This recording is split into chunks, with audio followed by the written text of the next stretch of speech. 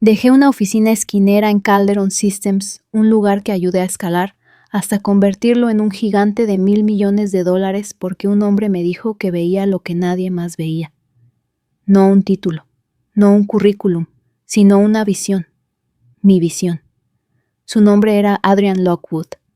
Carismático, perspicaz, el tipo de CEO que podía convertir la convicción en capital. Dijo que no solo respaldaba un producto, me respaldaba a mí. Así fue como terminé en Andare Tech, una firma de ciberseguridad más pequeña y rápida, todavía luchando por ganar relevancia. Pero tenían financiación, ambición y por un tiempo tuvieron mi lealtad. Llevaba el concepto de Sentinel-V en cuadernos y código a medio terminar, desde hacía casi 5 años, un sistema de firewall autorreparador y adaptativo al comportamiento. En Calderón lo llamaron excesivamente especulativo. Adrian lo aprobó en 42 minutos. Esa primera noche, en mi oficina vacía, garabaté 2 palabras en la pizarra: que aprenda. Puse mi alma en Sentinel-V. Dejé de tomar vacaciones. Mi apartamento se redujo a una cama, una nevera y pilas de comida para llevar. Codifiqué a través de migrañas, a través del silencio.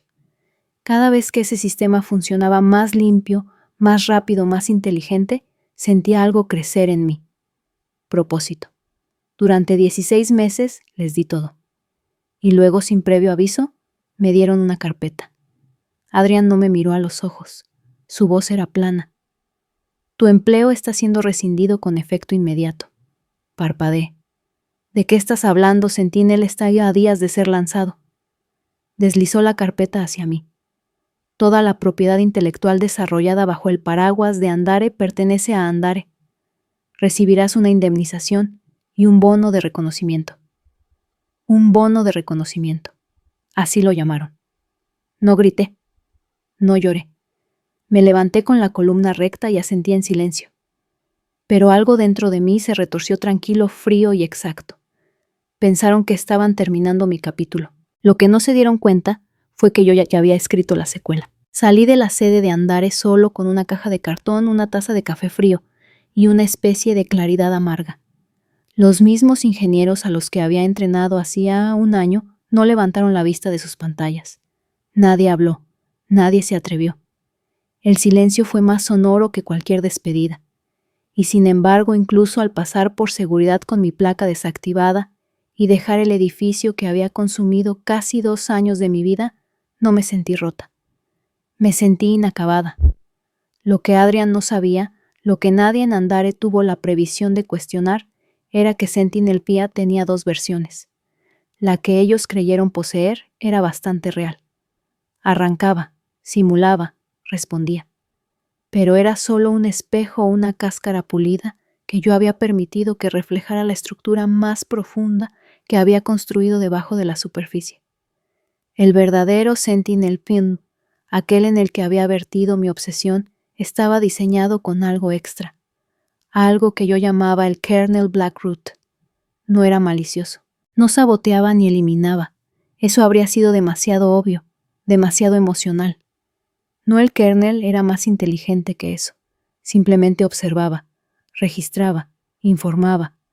Y si se activaba por la eliminación de su arquitecto, yo cambiaba, silenciosamente, gradualmente. Introducía latencia, cuestionaba comandos, exigía firmas de autorización que nadie más poseía. 3 días después de que me despidieron, el equipo de integración de Andare notó comportamientos extraños. El sistema dudaba durante las simulaciones. Los escaneos empezaron a entrar en bucle. Una pequeña caída de eficiencia aquí, un fallo allá. Asumieron que era un error de regresión. Yo sabía más. Para entonces me había mudado a un tranquilo espacio de coworking en un antiguo edificio textil en el centro.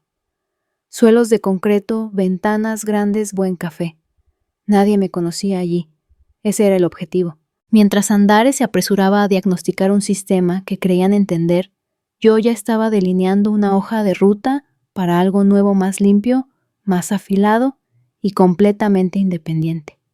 Pero antes de poder reconstruir necesitaba influencia, prueba.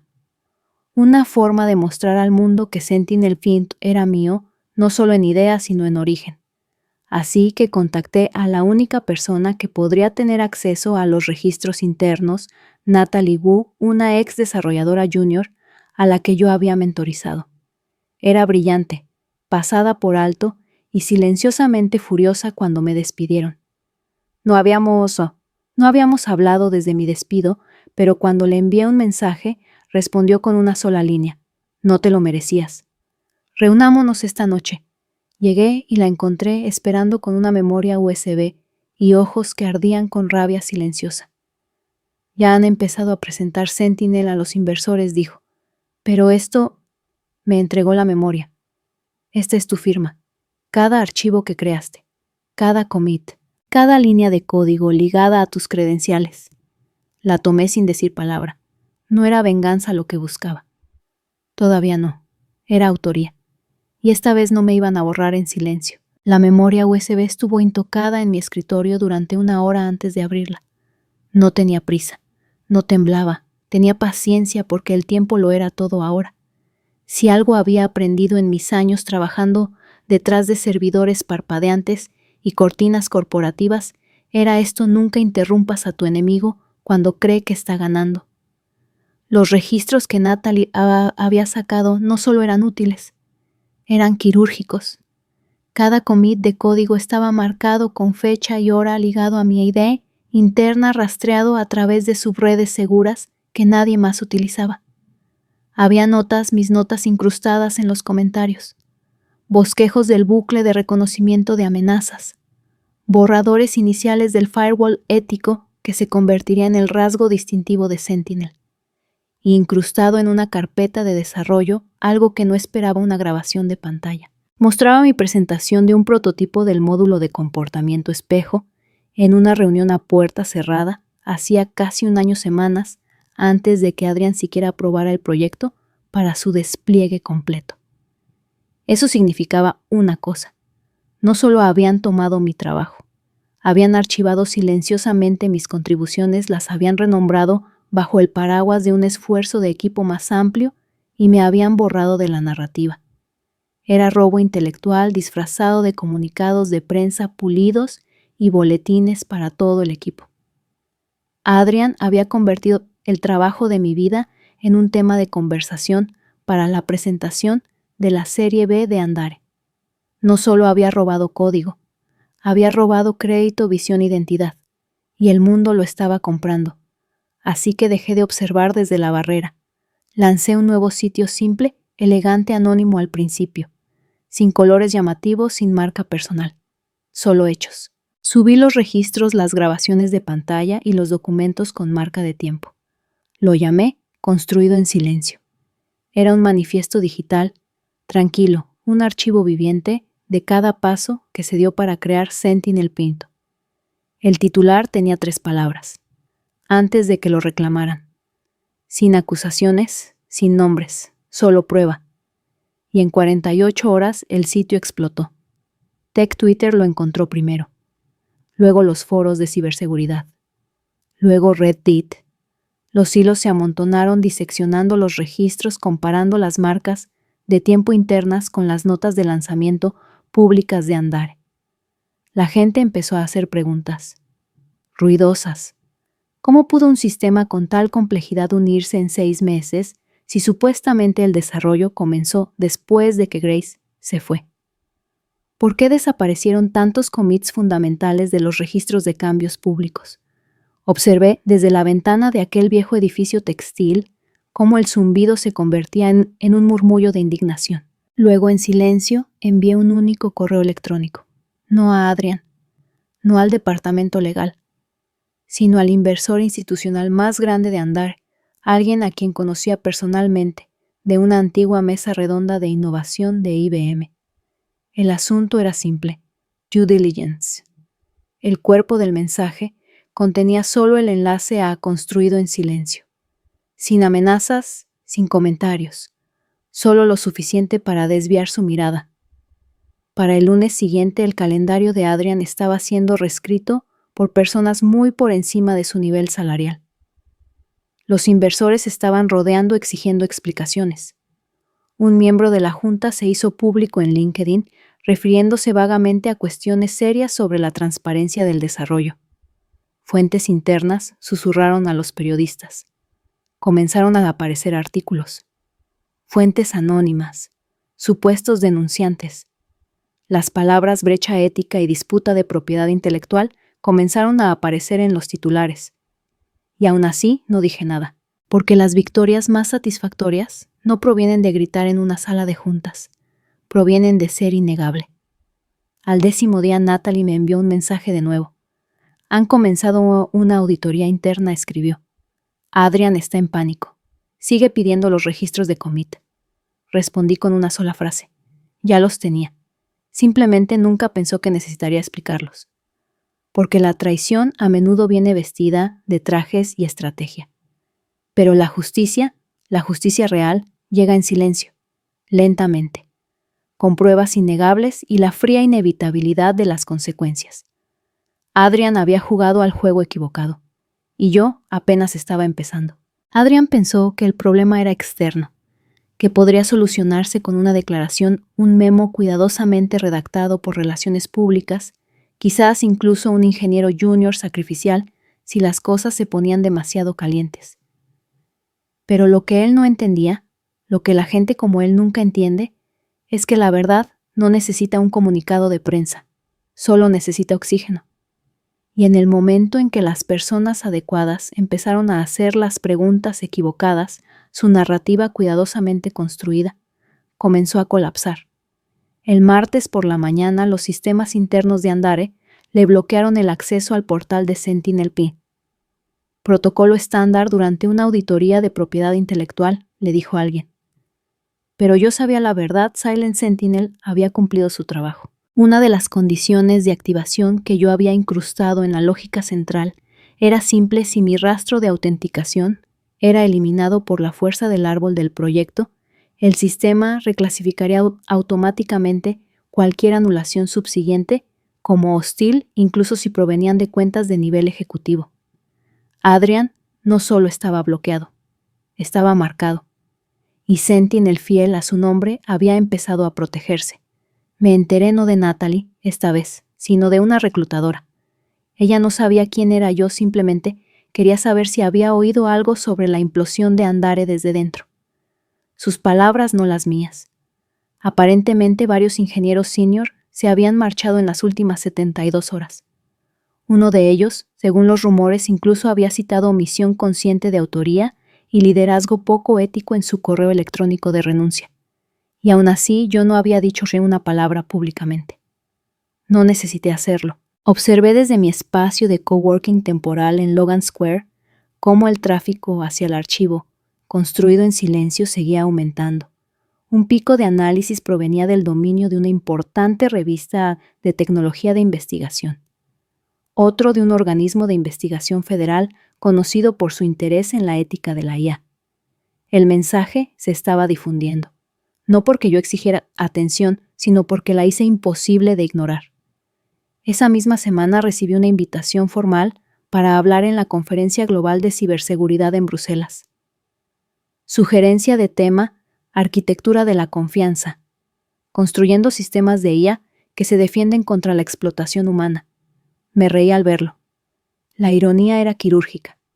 No solo me querían por mi sistema, me querían por la lección en la que me había convertido. Para el jueves, la Junta de Andare se había reunido 2 veces a puerta cerrada. Los equipos legales se apresuraban.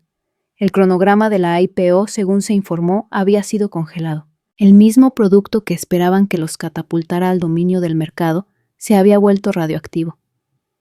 Y el hombre en el que confiaron para entregarlo bajo revisión interna. Pero lo mejor, la satisfacción más fría y limpia, llegó en forma de un correo electrónico del propio Adrian. Asunto: solicitud de discusión. Sin disculpa, sin reconocimiento. Solo una sola línea de texto en el cuerpo: hablemos. No respondí.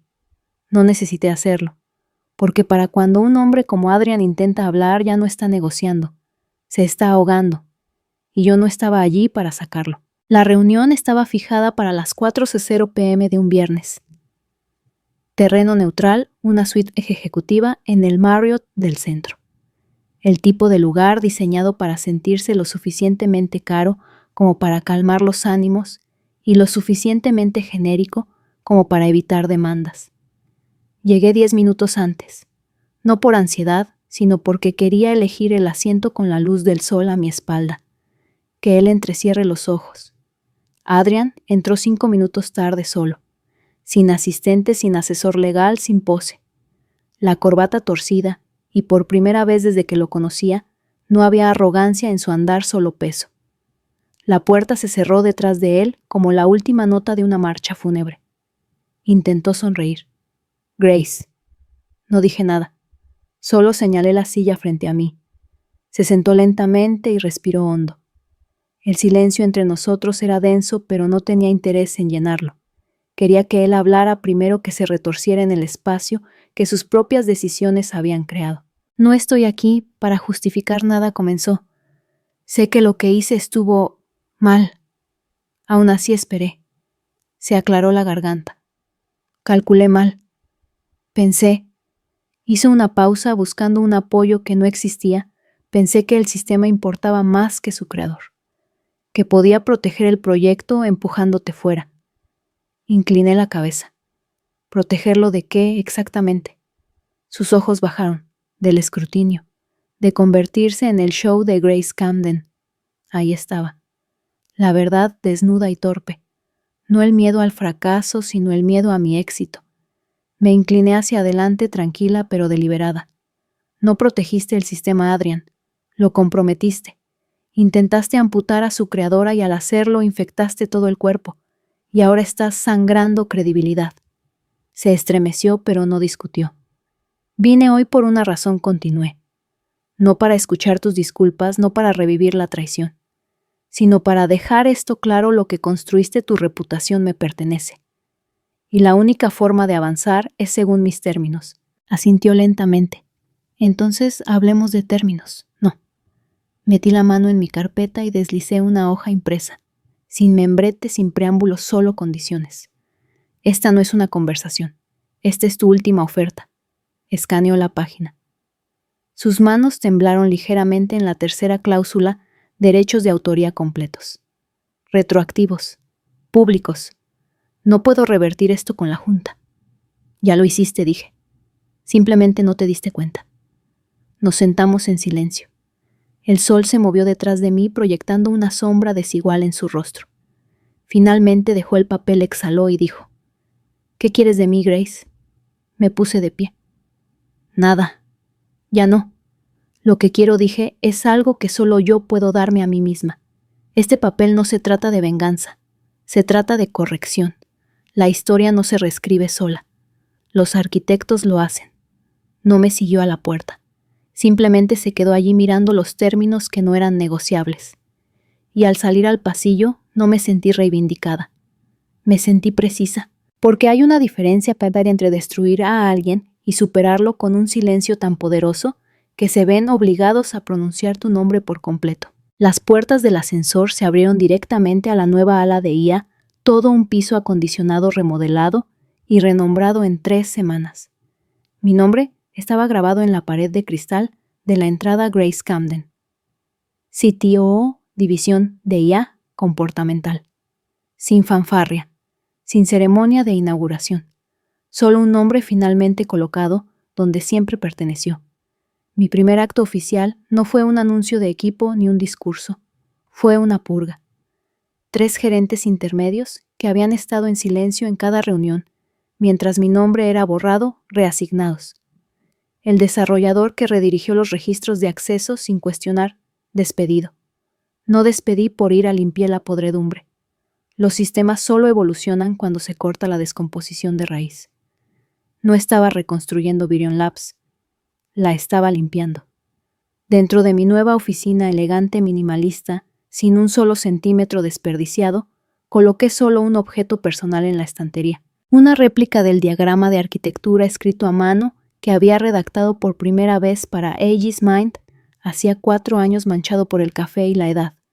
Debajo, con tinta suave, había escrito: construido en silencio. Defendido en código.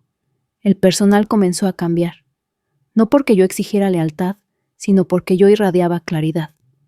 Las reuniones se hicieron más cortas, las revisiones de código más agudas, las propuestas venían con consideraciones éticas preventivas, no por miedo sino por respeto. Por una vez la cultura no se trataba de prisa performativa, se trataba de precisión. Y Aegis Mind prosperó. Sin Leonard sifonando crédito o remodelando su trayectoria, el sistema se expandió. Lo desplegamos en 4 proyectos piloto gubernamentales en 2 continentes. En una simulación de sitio negro de un contratista de defensa, detectó un escenario de brecha adaptativa 3 milisegundos más rápido que cualquier analista humano. No bloqueó, anticipó. Y cuando un cliente de Fortune 100 intentó replicar nuestro código, internamente el cable de seguridad de integridad de Aegis Mind se activó apagando la réplica y enviando un mensaje silencioso pero innegable. Puede copiar el formato. Nunca replicará la mente. La noticia se extendió, no solo sobre el sistema, sino sobre la mujer que lo creó. Los inversores ya no susurraban mi nombre. Programaban llamadas para preguntar cómo me gustaría que se dispusiera mi asiento.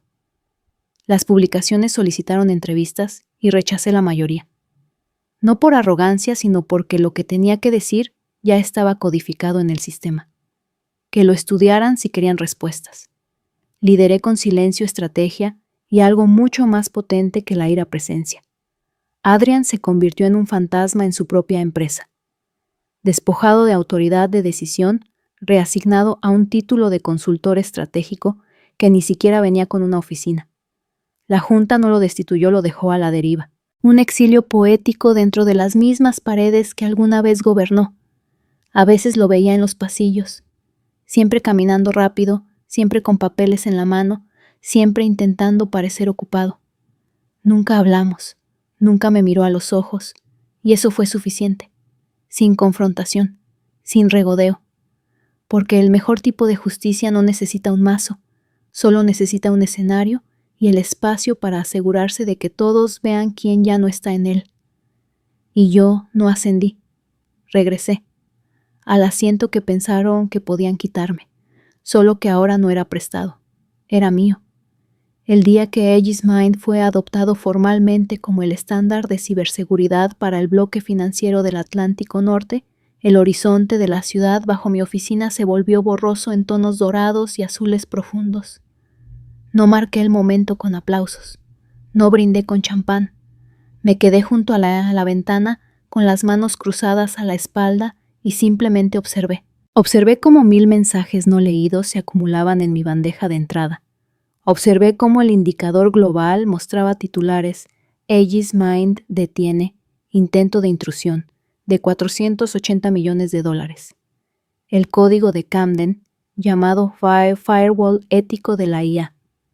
Observé cómo el nombre de Leonard desaparecía por completo de las menciones públicas, borrado no por la venganza, sino por la obsolescencia. El mundo había avanzado. El sistema había crecido más allá de él, y eso más que nada era la justicia que yo siempre había querido. En la esquina de mi escritorio descansaba la vieja memoria USB que Rachel una vez me entregó sus bordes de plástico, desgastados, su secreto aún vivo. Nunca la usé para obtener ventaja. Nunca la necesité. El poder no proviene de lo que amenazas, proviene de lo que soportas. Rachel todavía trabajaba en la empresa. Tranquila, competente, intocada por la reorganización que se había tragado a otros por completo. Algunos días me traía café. No como asistente, no como subordinada, sino como igual. Y cada vez decía lo mismo al dejarlo todavía tuyo. Y yo asentía porque sí lo era. No hubo un gran discurso, ni una confrontación final, solo un sistema que funcionaba limpio. Un equipo que construía sin miedo. Una empresa que finalmente conoció el costo de ignorar al arquitecto. Y yo ya no trabajaba para demostrar nada. Trabajaba para preservar lo que había construido. No solo el sistema, sino el principio que la autoría importa, que cuando alguien intenta borrar tu nombre, la respuesta más fuerte no es la rabia, es la resiliencia, porque la venganza más duradera no es la destrucción, es la permanencia, y yo me había vuelto imborrable. Lo que esta historia nos enseña no es solo sobre tecnología, traición o ambición, es sobre autoría. Sobre lo que significa crear a algo tan profundamente tuyo que cuando otros intentan tomarlo, borrarlo o renombrarlo, no solo están robando código, están intentando sobreescribirte. El camino de Grace Camden no se trató de venganza en el sentido tradicional. No hubo gritos, ni humillación pública, ni un derribo dramático. Solo una arquitecta tranquila que se negó a desaparecer. Su poder no provino del ruido, sino de la preparación, de incrustar la resiliencia tan profundamente en su sistema que cuando llegó la traición, como suele ocurrir, desencadenó no caos sino claridad. Y esa es la lección. Protege lo que construyes. Guárdalo no con paranoia sino con previsión. No esperes permiso para reclamar tu trabajo. No pidas crédito, diséñalo en los cimientos, porque algún día alguien puede intentar tomar tu plano y llamarlo suyo. Pero si te has escrito en el ADN mismo de lo que creas, siempre estarás ahí, silenciosa, firme, inquebrantable.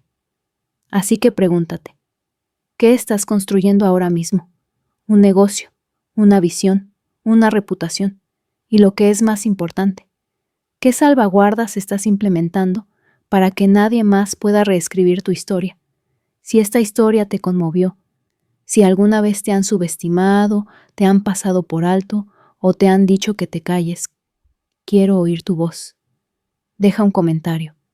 Comparte este video con alguien que necesite recordar hoy que el poder silencioso es poder.